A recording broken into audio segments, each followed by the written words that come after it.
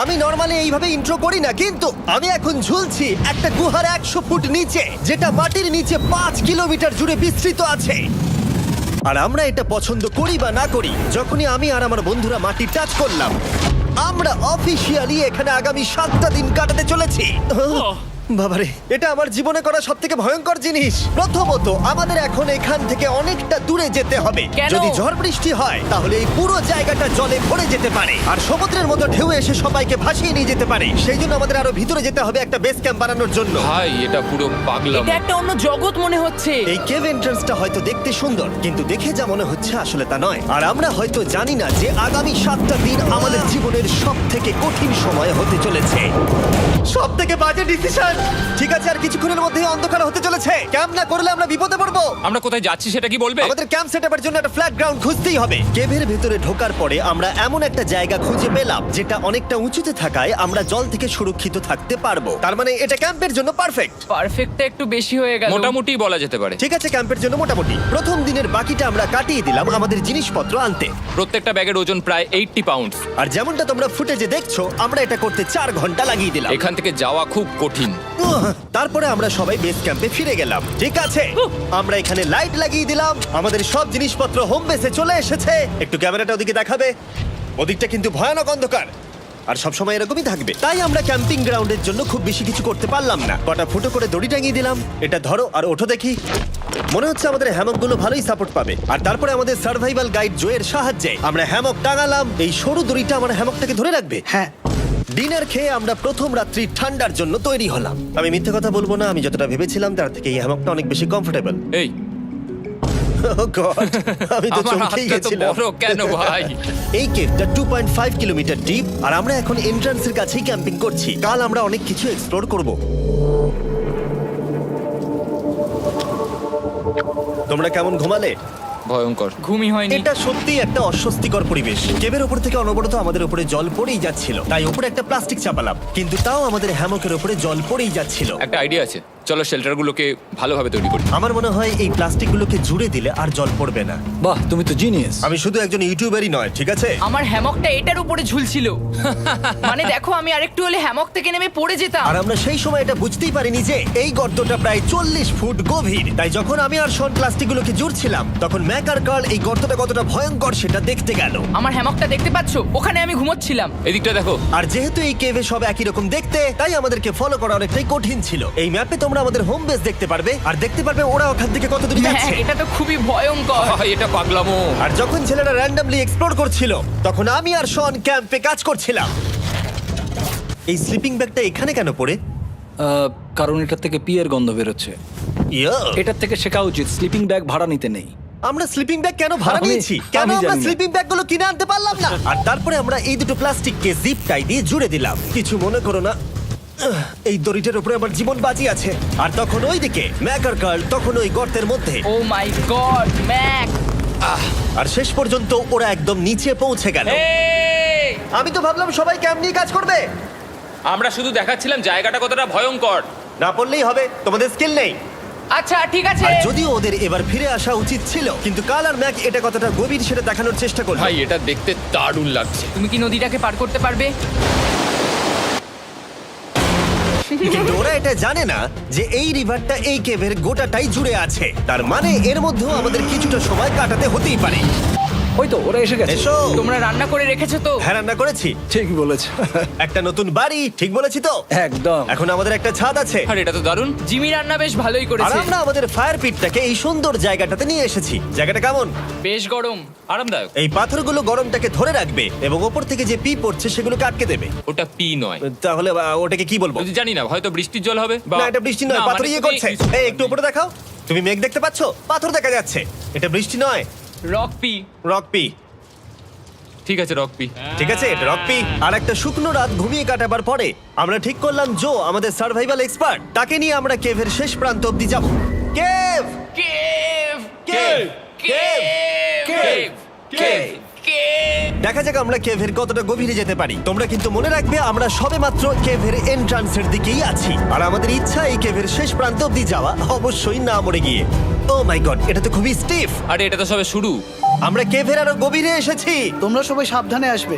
এটা খুবই ছোট জায়গা, আমার মনে হয় না এখান থেকে আমি যেতে পারবো। কেভ এক্সপ্লোরের ইন্টারেস্টিং জিনিসটা হলো যা হোক করে আমাদের এই ছোট্ট ফাঁকগুলোর মধ্য দিয়ে এগিয়ে যেতে হবে। ও মাই গড, খুব ছোট জায়গা। আর তারপরেই খুব বড় একটা জায়গা আসবে, সেটা এতটাই বড় যে কিছু না দেখতে পাওয়ার জন্য এটা করতে হলো। ও মাই গড। এবার আমি সব দেখতে পাচ্ছি, এটা দুর্দান্ত। এটার তো অনেক আলো। ভাই জায়গাটা কতটা সুন্দর দেখো। বাপরে কি আলো, আমি তো তাকাতেই পারছি না। আমি তো অন্ধ হয়ে যাব মনে হচ্ছে। এ বাবা, এটা কি হলো? আমরা বোধহয় ঠিক মতো এটাকে ব্যবহার করতে জানতামই না। চলো এগিয়ে যাই। আর তাই আমরা এগোতে থাকলাম। এই যে এই জায়গাগুলো, এগুলো খুব ভালো ধরার এখানে? জায়গা। এগুলো ধরে এখান থেকে পা ঘুরিয়ে চলে আসতে পারবে। এইভাবে কি? হ্যাঁ, একদম পারফেক্ট। জো সব থেকে ভালো কেভ গাইড। এভাবে কেউ গাইড করতে পারবে না। ঠিক আছে, এইবার ব্যাপারটা ইন্টারেস্টিং হবে। কি? এটা কি? এখান থেকে আমাদের ওয়েট শুট পরে সাঁতার কেটে যেতে হবে। গতকাল ম্যাক আর কার্ল এটা নিয়ে মজা করছিল, কিন্তু এই কেভে আমাদের পরের অ্যাডভেঞ্চারটা ছিল একটা প্রায় জমে যাওয়া নদীর মধ্যে। ও মাই গড, এটা তো পাগলামি! তার মানে আমাদের ওয়েট শুট পড়তেই হবে যাতে আমাদের হাইপোথার্মিয়া না হয়। আমরা এটা কেন করছি? এই এক্সপেরিয়েন্সটা তো জীবনে একবারই হবে। কি? এটা করলে হয়তো আর নাও বেঁচে থাকতে পারি। আমাদের এই কেভের শেষে পৌঁছতে হলে আমাদের এই নদীর মধ্য দিয়ে, এই ছোট্ট ফাঁকগুলোর মধ্য দিয়ে সাবধানে ধীরে ধীরে এগিয়ে যেতে হবে। আস্তে আস্তে নামো, স্রোতের কারণে পা পেছনে টানতে পারে। ঠিক আছে, আমি তাহলে নামছি। তুমি ওই দেয়ালগুলো ধরে ধরে এগোতে থাকো আস্তে এটা তো আস্তে। খুব ঠান্ডা। তুমি পারবে জিমি। জানি না এখানে ঢুকতে পারবো কি না। জিমি, এবার তুমি জল থেকে উঠে দাঁড়িয়ে পড়ো। এটা সত্যি একটা পাগলামি। এখানে কি ঠান্ডা! যখন তোমরা খুব ঠান্ডা জলের মধ্যে থাকবে তখন একটা পাথরকে ধরে এগিয়ে চলা খুব কঠিন হবে। ও মাই গড, এটা সত্যি পাগলামি। ম্যাক, গড, চলে আসো। আমার ভয় লাগছে। চলো চলো, পারবে। ভাই। এগোতে থাকো, পেছন দিকে তাকিও না। একবার দেখো আমরা কি করছি। কিন্তু এই বাধাগুলো এতটা কঠিন ছিল না সামনে যা আসতে চলেছিল তার তুলনায়। আমরা পেরেছি। কেভ কেভ কেভ এই, কেভ। একটা কথা শোনো, আমরা 10% আসিনি। তার মানে এখনো আমরা শুধুমাত্র সার্ফেসেই রয়েছি, আর শেষ প্রান্তে পৌঁছতে হলে আমাদেরকে আরো 2 কিলোমিটার যেতে হবে। যেরকম তোমরা দেখতে পাচ্ছ এখানে 24/7 বৃষ্টি হয়, তাই আমি একটা আড্ডা মারার জায়গা তৈরি করেছি যেখানে আমরা কেউ ভিজবো না। আমি ভাবছি আমি যদি এটা না বানাতাম তাহলে কি হতো। আমি নিশ্চিত যে ওদের একটা ভেজা পাথরের উপর শুতে হতো। আমাদের ক্রমাগত এগিয়ে যেতে হবে এবং শরীরটাকে ভিজে রাখতে হবে। ঠিক আছে। নইলে আমাদের শরীরের তাপমাত্রা কমে এটা যাবে। এতটা কঠিন কেন? সব থেকে বাজে ব্যাপার হলো আমরা যতটাই দিকে এগোবো ততটাই আমাদের পিছন দিকে ক্যাম্পে ফিরতে হবে। আমাদের পরের বাধাটা হয়তো জলের মধ্যে নয়, কিন্তু তার মানে এটা নয় যে সেটা সহজ হবে। আরে এটা কি মাকড়সার জাল? কিন্তু আমি মাকড়সা দেখতে পাচ্ছি না। তার কেন? মানে ওটা আমাদের উপরে আছে। আরে তোমার গায়ে, তোমার গায়ে। আমার বন্ধুরা কত বাজে। এই কেভটা মিস্টার বিস ভিডিওর মতো, যত এগোবে ততই কঠিন হবে। সত্যি কথা বলতে যদি আমাদের সাথে জো না থাকতো আমরা মরেই যেতাম। আর 3 ঘন্টা পরে জো আমাদের জন্য একটা বাজে খবর নিয়ে এলো। জল অনেকটা বেড়ে গেছে আর আমরা অনেকটা সময় লাগিয়ে ফেলেছি, তাই আজকে আমাদের আবার ক্যাম্পে ফিরে যেতে হবে। আমি মানবো না। তুমি সেফটি এক্সপার্টের কথা অমান্য করতে পারো না। আমি এটা মানবো না। সত্যি কথা বলতে আমাদেরকে ফিরতেই হতো, কারণ এর আগে আমরা শুট করতে অনেকটাই সময় নষ্ট করে দিয়েছি। তারপর ফ্লেয়ার নিয়ে খেলেছি, তাই আমরা ফিরে যাচ্ছি আর এই মিশনটা আমরা পরের দিন আবার শুরু করব। শন, আমরা এসে গেছি। আরে তুমি এখানে কি করছিলে? এখন তোমরা কেউ ভিজবে না। আমি তো জানতামই না এই লাইটগুলো আমরা এনেছি। এগুলো দারুণ লাগছে তাই না? দুঃখের বিষয় আজকে আমরা মাত্র 20% এগোতে পেরেছি, কিন্তু বিশ্বাস করো আমরা শেষ পর্যন্ত অবশ্যই যাব আগামী কয়েকদিনের মধ্যেই। আমার মনে হয় না। কোনোদিনই হবে না। আমি তো বললাম। আমরা ডে 4টা রেস্ট নেব আর ডে 5-এ চেষ্টা করব এই কেভের শেষ অবধি যাবার। দেখা যাক কি হয়। ডে 3-তে মজা হলো, কালকে আবার দেখা হচ্ছে। আর কেভের ভিতরে 3টে খুব বাজে রাত কাটাবার পরে পরের দিন সকালে আমাদের মাথায় শুধু একটাই কথা আসছিল। আমার একটা হট শাওয়ার চাই, তবে আমি এখন একটু শান্তি পাবো। ও, এখন শাওয়ার পেলে কিন্তু দারুণ হয়। আমি চান করিনি প্রায় 3-4 দিন হয়ে গেল। তোমরা নিশ্চয়ই জানো কেভের মধ্যে শাওয়ার করা সম্ভব নয়। আমাদের অনেকটা পথ হেঁটে সাবধানে আগের রিভার বেডের কাছে পৌঁছতে হলো। ও মাই গড! আমি আমার ব্রেনকে ফিল করতে পারছি। আমি এভাবে ব্রেনকে ফিল আমার করিনি। কপালটা জমে গেল পুরো। চলো ড্রোন দিয়ে মাথার চুলগুলো শুকিয়ে নি। এদিকে এসো ড্রোন। ও দাঁড়াও দাঁড়াও দাঁড়াও, এটা কিন্তু কাজ করছে। হ্যাঁ, দারুণ কাজ করছে। ড্রোন থাকতে হেয়ার ড্রায়ারের কি দরকার? আর চুল শুকানোর পর আমরা জোয়ের সাথে জার্নির প্ল্যান করতে বসলাম। এটা কি জো? এটাই কেভের ম্যাপ। আগেরবার আমাদের থামতে হয়েছিল কারণ জল খুব জোরে বইছিল। এখন বৃষ্টি কম হচ্ছে, তাই কালকে আমরা নিশ্চয়ই এই কেভের শেষে পৌঁছে যাব। এটা ভয়ঙ্কর হতে চলেছে। প্রথমে আমাদের কালকে যেখান দিয়ে গেলাম সেখান দিয়ে আগে যেতে হবে। জলের মধ্যে ঝাঁপ দিতে হবে এবং পাথর দেখে হাঁটতে হবে। এগুলো সবকটা আমরা যদি পার করতে পারি তাহলে আমরা গ্লো ওয়ার্ম চেম্বারে পৌঁছে যাব। কেমন দেখতে তুমি সেটা বলো না, আমি তোমাদেরকে সারপ্রাইজ দিতে চাই। তোমার মনে হয় আমরা পারবো?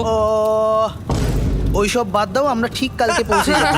কালকের প্ল্যান আমরা চক আউট করে নিয়েছি। আমরা রেস্ট করছি আর ফেস্টিভ্যাল স্মোর্টস খাচ্ছি আমাদের এনার্জি রিগেন করতে। সবাইকে চিয়ার্স। Yippee! জো এই প্রথমবার ফেস্টিভ্যাল ও, স্মোর্টস দারুণ। খাচ্ছে। জো সত্যি কথা বলবে। এটা দারুণ, তাহলে ভালো লাগলো? দারুণ লেগেছে। আমরা এই চকলেটটা আগে কেন বের করে নি? এটা এমনি চকলেটের থেকে 10 গুণ ভালো খেতে। সত্যি কথা বলতে তোমরা যদি ফেস্টিভ্যালের সাথে স্মোর্টস ট্রাই না করে থাকো তাহলে তোমরা মিস করছো। কালকে আমরা পুরো কেভটা এক্সপ্লোর করব, দেখা হচ্ছে। তাই আমরা ভালো করে ঘুমানোর চেষ্টা করলাম আর কালকের প্রিপারেশন নিলাম কেভের শেষে যাওয়ার জন্য। আমরা আমাদের জীবনের সবথেকে ডেঞ্জারাস জার্নি করতে চলেছি। ডে 3 এর অভিজ্ঞতা মাথায় রেখে আমরা কম শুট করেছি যাতে আমরা সামনের দিকে তাড়াতাড়ি এগোতে পারি। জলটা খুব ঠান্ডা হ্যাঁ, আগের দিনের মতোই খুব ভালো। এই তো আর যাতে আমরা সবাই বেঁচে ফিরতে পারি তাই জো ছাড়াও আরেকজন সার্ভাইভাল এক্সপার্টকে আমরা নিয়ে এসেছিলাম। এখানেই আমরা ডে 3 তে আটকে গেছিলাম। এখন আমরা কি করব? এবারে আমরা অনেক তাড়াতাড়ি এসেছি। আমাদের পিছনে ঘন অন্ধকার। কোথায় যাব? এই রাস্তাটা অনেক সরু এবং হ্যাঁ। স্রোত প্রচুর বেশি, তাই আমরা দেয়ালগুলো ধরে ধরে আস্তে আস্তে এগোবো। এই যে এইভাবে। ও হ্যাঁ, God! এই রকটায় জাম্প করো। কয়েকটা ভালো পাথর আছে যেগুলোকে তুমি ধরে এগোতে পারবে। আরে এখানটা তো অনেক অন্ধকার। আমি আর পা পাচ্ছি না, আমি এখন মাটিতে আর পাই পাচ্ছি না। যেহেতু আমরা মাটিতে পা পাচ্ছিলাম না তার মানে যদি আমরা পাথর ছেড়ে দিই তাহলে এই জলের স্রোত আমাদেরকে ভাসিয়ে নিয়ে যেতে পারে। জো আমরা কি করব? আমি এটা ধরে এসেছি, তুমি এটা ঠিক আছে, ধরো। আমি তো দেখতেও পাচ্ছি না কোথায় যাচ্ছি। জো স্রোত আমাকে ভাসিয়ে নিয়ে চলে যাচ্ছে। আমি তুমি করবো কি করে? পারবে, পারবে। শুধু মুখটা এখান থেকে ঢুকিয়ে দাও, আমি হেল্প করছি। এখানে আমি ঢুকবো? হ্যাঁ, এই গর্তের মধ্যে। এই তো খুব ভালো। এটা আমার জীবনের সবথেকে বিপজ্জনক অ্যাডভেঞ্চার। আমরা এখন কেভের অনেক গভীরে চলে এসেছি আর এবার আমাদের সামনে প্রথম বড় বাধা। এখানে জলের একটা ঘূর্ণাবর্ত আছে, যদি তুমি এর মধ্যে পড়ে যাও তাহলে তোমাকে একদম নিচে নিয়ে চলে যাবে। মানে আমরা পড়ে গেলে মরে যেতে পারি। হ্যাঁ, মানে আমরা মৃত্যুর সাথে খেলা করছি। এটা এতটা বিপজ্জনক হতে পারে আমি সত্যিই ভাবিনি। খুব ভালো। এই তো। তাহলে কি আমার পা এখানে হ্যাঁ, রাখবো? রাখো রাখো। ঠিক আছে, এই তো আমি পেরেছি। এটা আমার ভাবনার থেকেও বেশি কঠিন ছিল। এই নদীটা কতটা শক্তিশালী এই গোটা কেভটাকে তৈরি করেছে। কিন্তু মজার ব্যাপার হলো আমরা পাথরের মতো শক্তিশালী নই। আমি শুধুমাত্র মানুষের মতোই শক্তিশালী। সৌভাগ্যবশত কাল এই অ্যাডভেঞ্চারে লিড করেনি, তার বদলে আমরা একজন অ্যাভেঞ্জার জোকে পেয়েছি। ও কতটা এক্সপার্ট তার প্রমাণ হিসেবে বলতে পারি। সে লিটারালি কতটা ওপর থেকে আমাদেরকে নদীতে ঝাঁপ দিয়ে দেখালো। ও মাই গড, এটা পাগলামি। কে বললো এটা পাগলামি? এটা তো আমার কাছে খুবই সহজ। আমি এটা করব। তুমি কোনোভাবেই এটা করতে পারবে না। আরে কি বলছোটা কি তুমি? আমি এক্ষুনি করতে চাই। চলো যাচ্ছি Joe. God speed back. Jimmy আমার সাথে যা যা করেছে তার কাছে এটা তো কিছুই নয়। 3, 2, 1।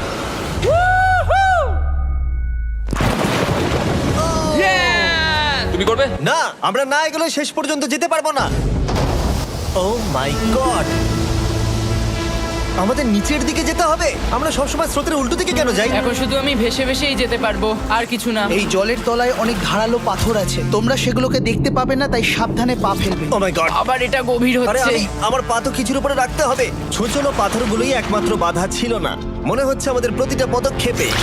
ও ভাই, আমি কিচ্ছু দেখতে পাচ্ছি না। এটা খুব ভয়ঙ্কর। কেভটা আরো অন্ধকার হয়ে আসছিল এবং আরো সরু। আর তখন আমরা জানতাম না যে আমরা ফিনিশ লাইন অবধি পৌঁছতে পারবো কিনা। আমি ক্লান্ত হয়ে পড়েছি। এই কেভে আরো কঠিন বাধা আসার আগে তোমাদেরকে আমি কিছু দেখাতে চাইবো। জো, তোমার ব্যাগটা দাও। Thank you. তুমি জানো এর মধ্যে কি আছে? না, জানি না কি আছে। Brand new mister beast lab swamp. সত্যি কথা বলছি, গত 5 ঘন্টা ধরে যেহেতু আমি অনেক পরিশ্রম করেছি তাই কোনো মতেই এখন এটা আমি বলার মতো অবস্থায় নেই। তাই এটা শুট করার 1 মাস পরে আমি পুরো কেপ সেটটা তৈরি করলাম ফিউচার জিমি নেম ট্যাগ দিয়ে। তারপরে বললাম, হে আমি ফিউচার জিমি, আর আমি এখন তোমাদেরকে বলবো brand new toy line of mister beast lab swamp সম্পর্কে। এটা একটা কালেক্টিবল টয় লাইন আর এখানে 119টা ইউনিক ডিজাইন ক্যারেক্টারও আছে যা তোমরা কালেক্ট করতে পারো। আর সবথেকে দারুণ ব্যাপারটা হলো কোন ক্যারেক্টারটা তুমি পেয়েছো সেটা জানতে হলে এই টিউবে ওয়াটার দিয়ে নাড়াতে হবে আর তোমার সোয়ামস তোমার সামনে চলে আসবে। আর আমি এটা ডেমনস্ট্রেট করতে এই বিশাল বড় টিউবটাকে বানিয়েছি। এই টিউবটাকে জল দিয়ে ভরে দাও। তোমাদের এত জলের দরকার নেই, এটা অনেক বড় বলে এত লাগছে। ঠিক আছে, এটা এখন জলে ভর্তি হয়ে গেছে। এবার এটাকে একটু নাড়াতে হবে। এটা কি আর নাড়াতে হ্যাঁ হবে? হ্যাঁ, অনেক নাড়ানো হয়ে গেছে। এবার জল ঢালো এখানে। জো ঢালছে। আর জল ঢালার পরে তোমরা দেখতে পাবে তোমরা কোন সোয়ামটা পেয়েছো। এটা সব থেকে রেয়ার হাইপোক্রোম, যেটা মাত্র 1000টা বানানো হয়েছে। জো, এটা তোমার। Thank you so much. এটা চাই। আর এটা তোমার। কাল কি নেবে? আমার কাছে দুটোই ছিল। আর আমরা শুধু সোয়ামেই থেমে নেই, আমরা এই অ্যাকশন ফিগার প্যান্থার গুলো বানিয়েছি যেগুলো এই ব্রিফকেসে আছে। আর এই সোয়ার্মের মতো এই মিউটেটর যখন তোমরা কিনবে দেখতে পাবে এর ভেতরে কি আছে। কোথায় কিনবো? ভালো হয়েছে জিজ্ঞাসা করলে। মিস্টার বিস্ট ল্যাব টয়েস এখন তোমরা পৃথিবীর সব জায়গায় পেয়ে যাবে। এগুলো সব বেরিয়ে গেছে, তোমরা গিয়ে কিনে নাও। আর কেবের মধ্যে অনেক সমস্যা পেরোনোর পরে আমরা ফাইনালি পৌঁছে গেলাম গ্লো ওয়ার্ম চেম্বারে।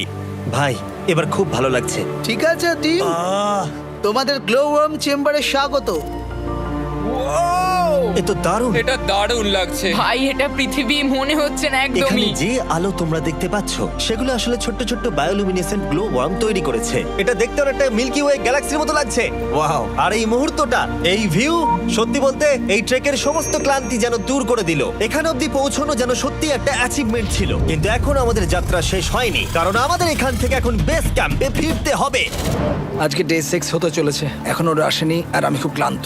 আমার মনে হয় না আমি ভালো করে ঘুমোতে পারবো, ওদের জন্য খুব চিন্তা হচ্ছে। এই ট্রিপটা অনেকটাই সহজ ছিল কারণ আমরা স্রোতের সাথে ভেসে ভেসে যাচ্ছিলাম। আর যেহেতু তোমরা এই ট্রিপটা দেখেছো তাই আমরা এটাকে স্কিপ করলাম। কিন্তু সত্যি বলতে এই জার্নিটাও অনেকটা বেশি সময় নিল, কারণ আমরা ক্যাম্পে পৌঁছানোর আগেই 6 নম্বর দিন চলে এলো। শন, সবাই ঠিক আছে তো? আমার খুব চিন্তা হচ্ছিল। Happy day 6। ডে 6 খুব ভালো। এনার্জি বাড়াতে আমরা আগুনের উত্তাপ নিলাম এবং ফাইনালি আমরা কিছু খেতে পেলাম। এটা খুবই অ্যাডভেঞ্চারাস ডে ছিল। কালকে দেখা হচ্ছে, মানে আজকেই হয়তো। এটা হয় ডে কোনোদিন 6 হবে না। নাকি আজকে, না আমি জানি না। এত বড় ট্রেক সম্পূর্ণ করার পরে শারীরিকভাবে চূড়ান্ত ক্লান্ত হওয়া সত্ত্বেও জানি না কেন কিন্তু আমি একদমই ঘুমাতে পারছিলাম না।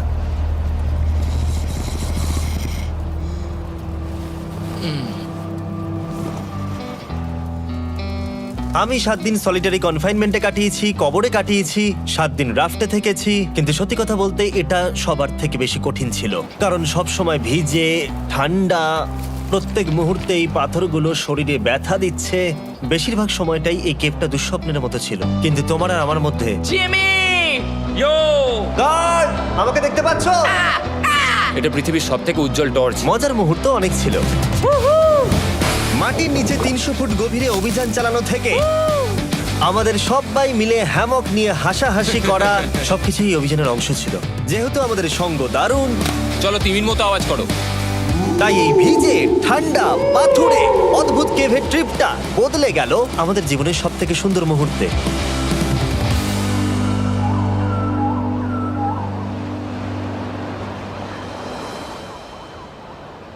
আমরা এখান থেকে যাব না যতক্ষণ না সবকিছু তোলা হচ্ছে।